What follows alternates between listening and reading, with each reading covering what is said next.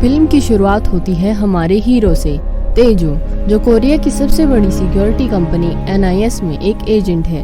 वो एक परफेक्शनिस्ट है जो ब्रेकफास्ट में एग्जैक्टली 135 कैलोरी खाना खाता है।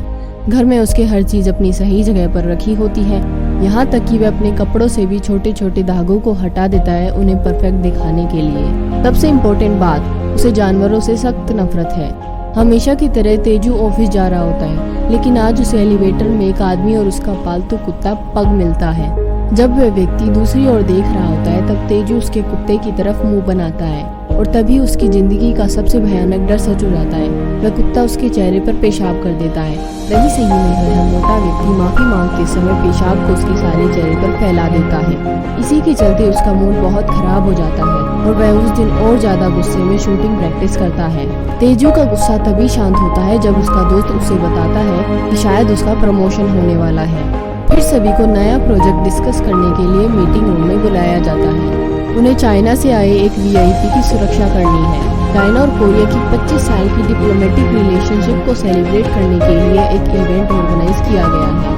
VIP को शांति के चिन्ह के रूप में कोरिया भेजा गया है।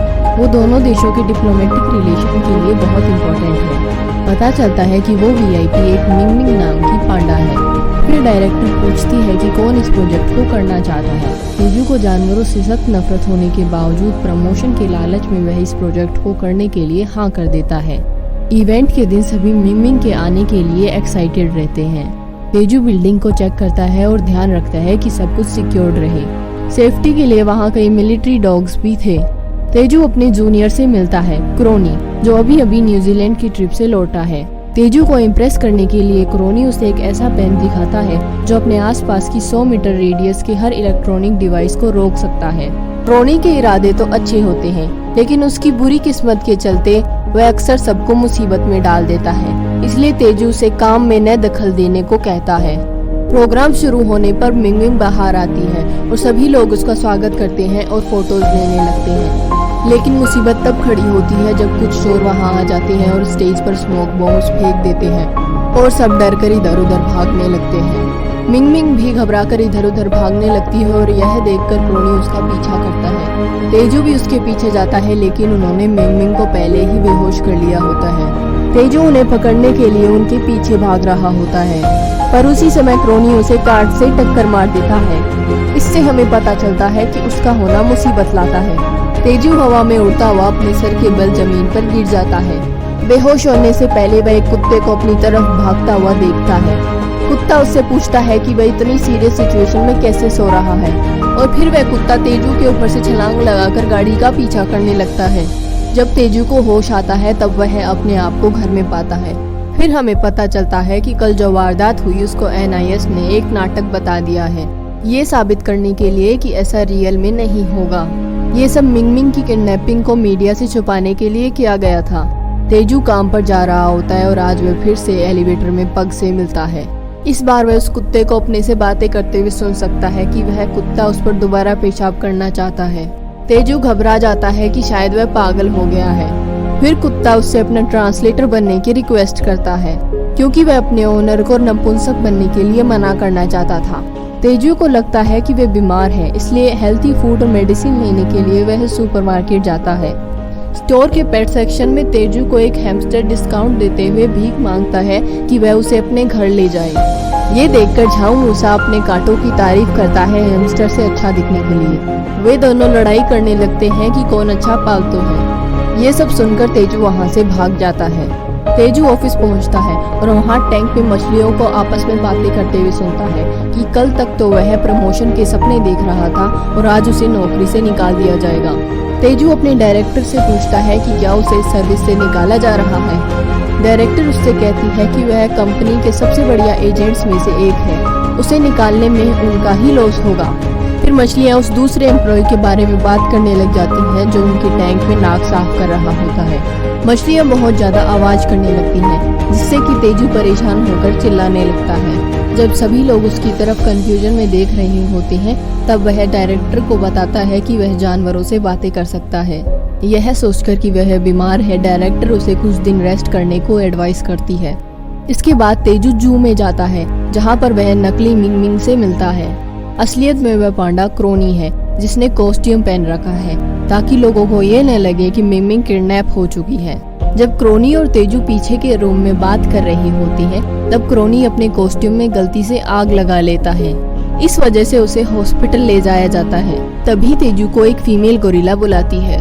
वह दावा करती है कि उसे पता है कि वो वीआईपी पांडा उसे कहाँ मिल सकती है, लेकिन बदले में वो एक मैगजीन मांगती है। तेजू उसे मैगजीन ला देता है जो कि नेशनल ज्योग्राफिक ने पब्लिश की थी। वह सेलिब्रिटी गोरिल्लास की फोटोज को देखकर उनकी तारीफ करती है। फिर वह तेजू को एक कुत्ते के बारे में बताती है जिसका नाम अली है, जो तेजू के ऊपर से कूदा था जब वह बेहोश पड़ा था। उस कुत्ते ने किडनैपर्स का पीछा किया था और वह अभी भी उनकी खुशबू पहचानता है। अगर तेजू कुत्ते को ढूंढ लेता है तो उसे मिंगमिंग का पता चल सकता है। उस शाम को तेजू एक पुराने घर में जाता है जहाँ पर वह कुत्ता दूसरे जानवरों को अपनी बहादुरी के किस्से सुना रहा था। जानवर अचंभे में सुनते हैं जब वह उन्हें बताता है कि कैसे उसने कुछ सोल्जर्स को सर्बिया में बचाया था। जब तेजू उनकी नजर में आता है तब वे उस पर हमला कर देते हैं। तेजू उनके पास मांस के टुकड़े फेंककर उनका ध्यान हटा देता है। फिर वह अली को उठाकर वहां से भाग जाता है। घर जाते वक्त गाड़ी में वह उससे पांडा किडनैपर्स के बारे में पूछता है, लेकिन अली कुछ भी बताने से मना कर देता है।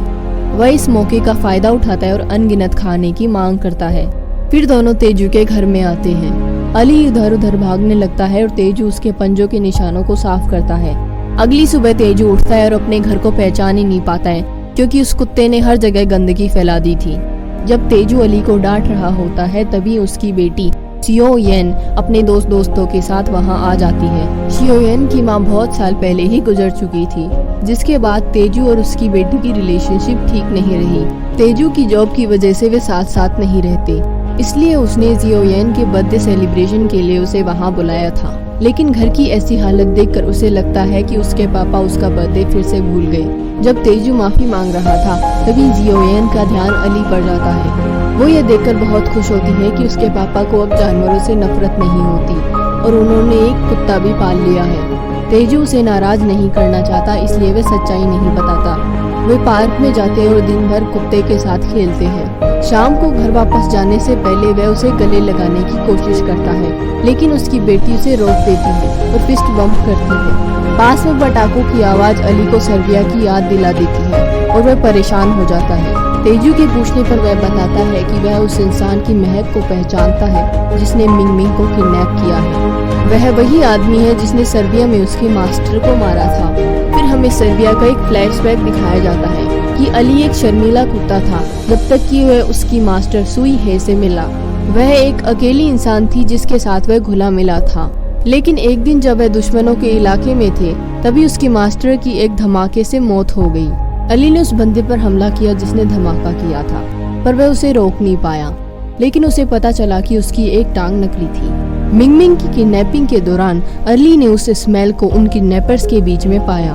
उसकी कहानी सुनने के बाद तेजू अली के लिए बुरा महसूस करने लगता है। अली उसका पीछा करता है और मजाक में उसे उसका पिछवाड़ा सूंघने के लिए कहता है। कहीं किसी गोदाम में मिंगमिंग सस्ती टहनियाँ खाने के लिए मना कर देती है और उसकी जगह अच्छी बांस की टहनियाँ मांगती है, तो किडनैपर्स उसे किसी खेत से बांस की टहनियाँ ला देते हैं। अगले दिन अली तेजू को किडनैपर्स की स्मेल का पीछा करते हुए एक बांस के खेत में ले जाता है। वे बांस बेचने वाले की बकरी से पूछते हैं और उन्हें किडनैपर की लाइसेंस प्लेट का नंबर पता चल जाता है। फिर और रिसर्च करने के बाद उन्हें एक सक्सेसफुल बायोटेक कंपनी के फाउंडर मेनसेक के बारे में पता चलता है। उसकी फोटो देखने के बाद अली उसे मिंगमिंग का किडनैपर होने का दावा करता है। तेजू उलझन में होता है, लेकिन वह अली पर विश्वास कर लेता है। फिर वे कंपनी के हेडक्वार्टर्स में जाते हैं और उन्हें पता चलता है कि मेनसेक एक नया प्रोजेक्ट लॉन्च करने वाला है। उनका प्लान है कि रियल पांडा की जीन्स क्लोन करके टॉय पांडा बनाया जाए। वे एक नई प्रजाति की तरह रहेंगे जिनको लोग पालतू रख सकते हैं। क्योंकि दुनिया के सारे पांडास पर चाइनीज गवर्नमेंट अधिकार रखती है, इसलिए उसने जीन्स के लिए मिंगमिंग को चुरा लिया।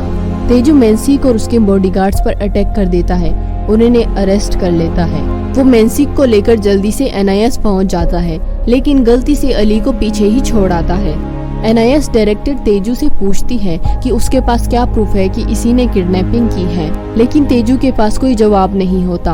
उन्हें पता चलता है कि जब किडनैपिंग हुई तब मेनसेक न्यूयॉर्क में था गलत इल्जाम लगाने की वजह से तेजू को नौकरी से निकाल दिया जाता है।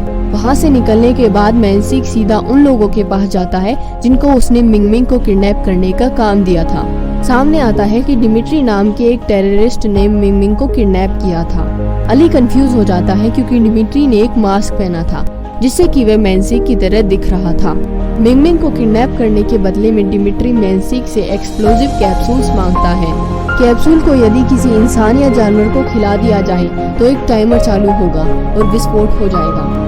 अली अब तक जो मैनसिक का पीछा कर रहा था यह सब सुन लेता है और उसे सच्चाई का पता चल जाता है। वह मिंगमिंग को मिलता है और उसे वहाँ से निकालने का वादा करता है।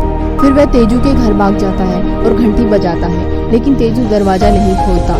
तेजू अब अली पर विश्वास नहीं करता क्योंकि उसी के कारण उसकी नौकरी चली गई। मिलिट्री के लोग अली को ले जाते हैं। जियोएन जब घर वापस आती है तब उसे पता चलता है उसके पापा ने अली को छोड़ दिया है। यह देखकर कि उसकी बेटी उससे निराश है, तेजू अली की जिंदगी बचाने का फैसला कर लेता है। वह मिलिट्री डॉग शेल्टर में जाता है और उसे वहाँ से निकाल लाता है। अली बचकर बहुत खुश होता है, लेकिन तेजू उसे बताता है कि वह उससे नफरत करता है। तेजू उसे दूर जाने को कहता है, लेकिन अली बताता है कि वह मिंगमिंग से मिला और उसे उस गोदाम में ले जाता है। संयोग से वे उस पहाड़ी पर क्रोनी से मिलते हैं जो हाइकिंग करते वक्त खो गया था। तेजू को पता है कि उसका होना हमेशा मुसीबत लाता है, इसलिए वह उसे बाहर रहने को कहता है। इसके बाद अली और तेजू सावधानी से गोदाम में घुस जाते हैं और इलेक्ट्रिक गन का यूज करके लगभग सभी टेररिस्ट को मार देते हैं। डिमिट्री और तेजू के बीच में लड़ाई हो जाती है। तेजू मरने वाला ही होता है, लेकिन अली उसे बचा लेता है और वे दोनों पांडा के साथ भाग जाते हैं। वे पहाड़ी पर भाग जाते हैं और नीचे ड्रम्स फेंकने लगते हैं ताकि बचे हुए टेररिस्ट उनका पीछा न कर सके। उन्हीं में से एक ड्रम में क्रोनी घुसा हुआ होता है। अब वे तीनों पूरी रात भागते हैं और हाईवे पर पहुंच जाते हैं। मिंगमिंग आगे चलने से मना करती है क्योंकि वह और वजन नहीं घटा सकती। फिर वे एक आती हुई बस को रोककर उस पर चढ़ जाते हैं और दिखावा करते हैं कि मिंगमिंग एक इंसान है जिसने कॉस्ट्यूम पहन रखा है। घर पहुंचने पर तेजू अपनी बेटी को बुलाता है और उसे मिंगमिंग से मिलवाता है। वे बहुत देर तक साथ साथ खेलते हैं। गोदाम में मैनसिक मिंगमिंग के गायब होने की वजह से बहुत गुस्से में होता है। जब वह डिमिट्री को छोटा दिखाने की कोशिश करता है तब उसके टेररिस्ट मैनसिक को एक्सप्लोजिव पिल्स खिला देते हैं और उसे एक कमरे में बंद कर देते हैं। डिमिट्री का प्लान सामने आता है कि वह पिल्स पांडा को खिलाना चाहता था और उसे वह जू को वापस कर देता। वह पांडा एक इवेंट में शामिल होने वाला था जहां पर चाइना और कोरिया के लीडर्स आने वाले थे। पिल का इस्तेमाल करके वह उस जगह को उड़ा देता। टेररिस्ट ग्रुप जब बाहर आता है तब गोदाम फट जाता है। इससे ये पता चलता है कि जो कैप्सूल्स मैनसिक ने दिए थे वे काम करते थे। वहाँ पर तेजू डायरेक्टर को अपने घर में बुलाता है और उसे मिंगमिंग से मिलवाता है। उसका घर उन जानवरों से भरा हुआ था जिनसे उसने बात की थी। फिर वे पांडा के लिए गाड़ी मंगवाते हैं और उसे वहाँ भेज देते हैं जहाँ लीडर्स मिलने वाले हैं। उनके जाने के बाद अली कुछ अजीब सा सूंघता है और पीछा करता है। उसे डिमिट्री के लोग किडनैप कर लेते हैं। तेजू और उसकी बेटी अली को ले जाते हुए देख लेते हैं, लेकिन उन्हें रोक नहीं पाते। तेजू घर जाता है और तोते को अली का पता लगाने के लिए कहता है। फिर तोता शहर के हर पक्षी को बताता है और वे अली को ढूंढने लग जाते हैं। इस दौरान डिमिट्री अली और दूसरे मिलिट्री डॉग्स को कैप्सूल्स खिला देता है जो इस इवेंट में शामिल होंगे। डिमिट्री उन सभी को धमाका करने के लिए यूज करना चाहता है। प्रोग्राम शुरू होता है और वर्ल्ड लीडर्स एक दूसरे से मिलते हैं। जब मिंगमिंग के परफॉर्म करने का टाइम आता है तब डिमिट्री अपने फोन से टाइमर शुरू कर देता है। कुत्तों को छोड़ दिया जाता है जिससे कि सब घबरा जाते हैं। बाहर से दरवाजे बंद होने की वजह से लोग भाग नहीं पाते। कुछ सेकंड बचने से पहले ही तेजू क्रोनी की तरफ भागता है और उसका स्पेशल पेन यूज करके सारे इलेक्ट्रॉनिक डिवाइस बंद कर देता है। डिमिट्री भागने की कोशिश करता है लेकिन अली उसका पीछा करता है।